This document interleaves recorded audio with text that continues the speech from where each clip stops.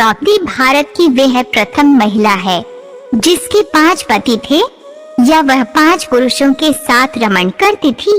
लेकिन सबसे बड़ा सवाल ये कि क्या आज के लोग ये समझते हैं कि द्रौपदी ने विवाह तो सिर्फ अर्जुन से ही किया था, तो क्या उसका रिश्ता सभी के साथ नहीं था? पांडवों को 12 वर्ष का वनवास और 1 वर्ष का अज्ञातवास मिला था। इस दौरान 5 पांडव एक कुम्हार के घर में रहा करते थे और भिक्षाटन के माध्यम से अपना जीवन यापन करते थे। ऐसे में भिक्षाटन के दौरान उन्हें द्रौपदी के स्वयंवर की सूचना मिली। एक यंत्र में बड़ी सी मछली घूम रही थी, उसकी आंख में तीर मारना था और वह भी तल पात्र में उसकी परछाई देकर ये भी कि एक नहीं पूरे 5 तीर मारना थे। अर्जुन ने यह प्रतियोगिता जीत ली। तब जरासंध, शल्य, शिशुपाल तथा दुर्योधन, दुःशासन आदि कौरव भी उपस्थित थे। उस दौरान बहुत विवाद हुआ क्योंकि 5 पांडव ब्राह्मण वेश धारण कर पहुँचे थे, लेकिन श्री कृष्ण के दखल से आखिर द्रौपदी का विवाह हो गया। 5 पांडवों से उसका विवाह कैसे हुआ या 5 पांडवों की वह पत्नी कैसे बन गई, यह बहुत लंबा किस्सा है। कहते हैं कि द्रौपदी अपने पिछले जन्म में बहुत सुंदर युवती थी। सर्वगुण संपन्न होने के कारण उसे योग्य वर नहीं मिल रहा था, इसलिए उसने भगवान शंकर की तपस्या की और तब शंकर जी प्रकट हुए। उस समय द्रौपदी ने हड़बड़ाहट में 5 बार वर मांगे, इसलिए उसे शिव जी के वरदान के कारण इस जन्म में 5 पति प्राप्त हुए। जब भगवान शिव ने द्रौपदी को 5 पति प्राप्त होने का वरदान दिया था, तब वो अभी ये जानते थे कि उसे अपने 5 पतियों के साथ पत्नी धर्म निभाने में समस्या होगी। इसीलिए उन्होंने द्रौपदी को ये वरदान भी दिया कि वे प्रतिदिन कन्या भाव यानी कौमार्य को प्राप्त कर लेगी। इसलिए द्रौपदी अपने 5 पतियों को कन्या, हालांकि कहा जाता है कि संतान को जन्म देने के लिए भगवान श्री कृष्ण ने उसे ये सुझाव दिया कि हर साल वे पांडवों में से किसी एक के साथ ही समय व्यतीत करे। साथ ही जिस समय वे अपने कक्ष में किसी एक पांडव के साथ हो तो उनके कक्ष में कोई और पांडव प्रवेश न करें। यदि कोई पांडव ऐसा गलती से भी कर लेता है तो उसे 1 वर्ष का देश निकाला भुगतना होगा। माना जाता है कि द्रौपदी जो 5 पांडवों की पत्नी थी, 1 से 1 साल के समय अंतराल के लिए हर पांडव के साथ रहती थी। उस समय किसी दूसरे पांडव को द्रौपदी के आवास में घुसने की अनुमति नहीं थी। इस नियम को तोड़ने वाले को 1 साल तक देश से बाहर रहने का दंड था। एक बार यह दंड अर्जुन को भुगतना भी पड़ा था। अर्जुन और द्रौपदी की 1 वर्ष की अवधि अभी समाप्त हुई थी और द्रौपदी युधिष्ठिर के साथ का 1 वर्ष का समय शुरू हुआ था।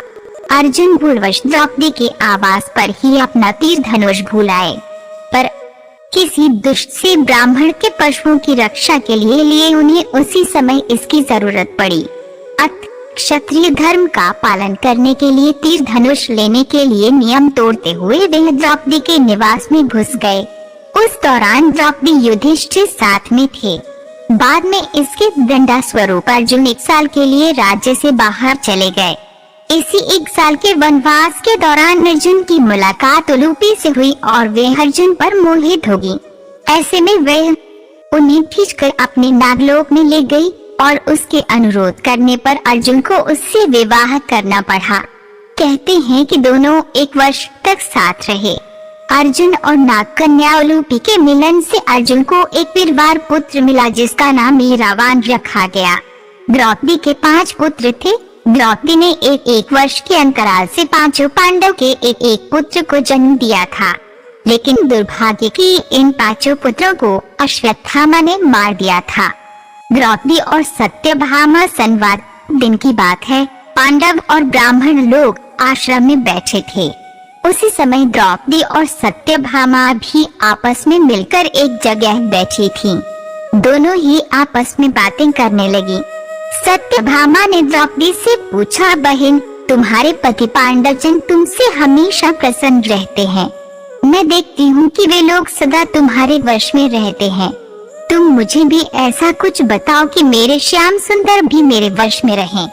तब द्रौपदी बोली, सत्यभामा, ये तुम मुझसे कैसी दुराचारणी स्त्रियों के बारे में पूछ रही हो? जब पति को ये मालूम हो तो वह अपनी पत्नी के वश में नहीं हो सकता। तब सत्यभामा ने कहा, तो आप बताएं कि आप पांडवों के साथ कैसा आचरण करते हैं? उचित प्रश्न जानकर तब द्रौपदी बोले, सुनो, मैं अहंकार और काम क्रोध को छोड़कर बड़ी ही सावधानी से सब पांडवों की स्त्रियों सहित सेवा करती हूँ।